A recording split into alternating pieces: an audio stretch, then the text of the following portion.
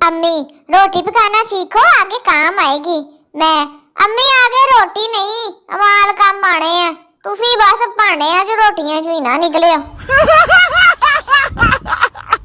यहाँ हर तीसरी लड़की विटामिन और मोबाइल बैलेंस की कमी का शिकार है। बंदा इन्हों विटामिन ते बैलेंस से भे के छितर मारे फड़ के। प्यार नाल ना सही बगैरती नाल वेख लिया करो, ठरकियां नू शिफा मिल जांदी है। हकीम साहब फर्क पाना ले। कोई बताएगा छोटा गोश्त बड़े गोश्त से कितना बड़ा होता है? मैं तो बड़ी कंफ्यूज हो जानी है बोटियां देख के।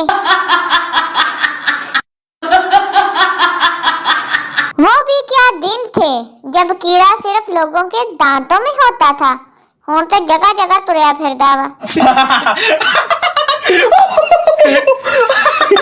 लड़की जब रोती है तो वो आंखों की बजाय अपने मुंह पर क्यों हाथ रखती है? इसका जवाब देना कोई। मैनू तो लगदा मुंह किते बहुता ही खुल जांदा वा, लोकी डर ना जान तां हाथ रख दियां।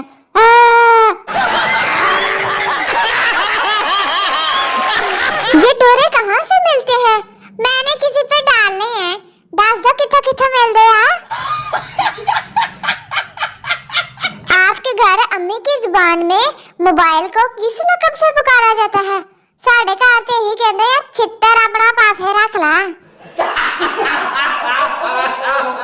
लड़के वाले हमें आपकी बेटी पसंद नहीं, लड़की वाले पसंद तो सानू भी नहीं है, हुण असीं की घरों कढ दईए जाई दे मुंह वाली नू। वो पूछना ये था क्या बकरे का गुर्दा बेचकर भी आईफोन आ सकता है कि बस बंदे बेचारे बलि दा बकरा बनदे हैं?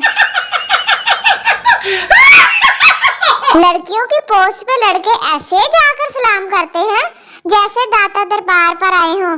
घर इन्हां नूं दूजी बारी कोई पानी नहीं पुछदा। तनख्वाहदार बंदे की भी क्या जिंदगी है? पहले 10 दिन बादशाह बन जाता वा, दूसरे 10 दिन वजीर बनता है, ते आखिरी 10 दिन बेचारा फकीर। अल्लाह दे नाम ते दे दियो। मुझे 1 लाख से 1.5 लाख तक का कोई अच्छा सा मोबाइल फोन लेना है।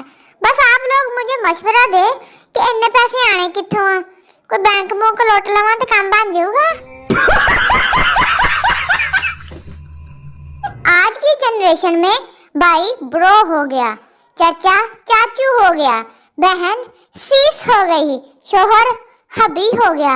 मजाल है किसी ने बीवी लफ्ज से छेड़खानी भी की हो, उन्हें रहना बुड्ढी दी बुड्ढी या सिर खान वाली। कितना अच्छा होता अगर मच्छर खून की बजाय चर्बी भी चूस लेंदा, तो मैं थोड़ी पतली हो जांदी, एडी मोटी हां मैं। लड़का तुम बदल गई हो, लड़की हुण क्रीम खत्म हो गई है, इंदे च मेरा की कसूर है, लिया दे क्रीम।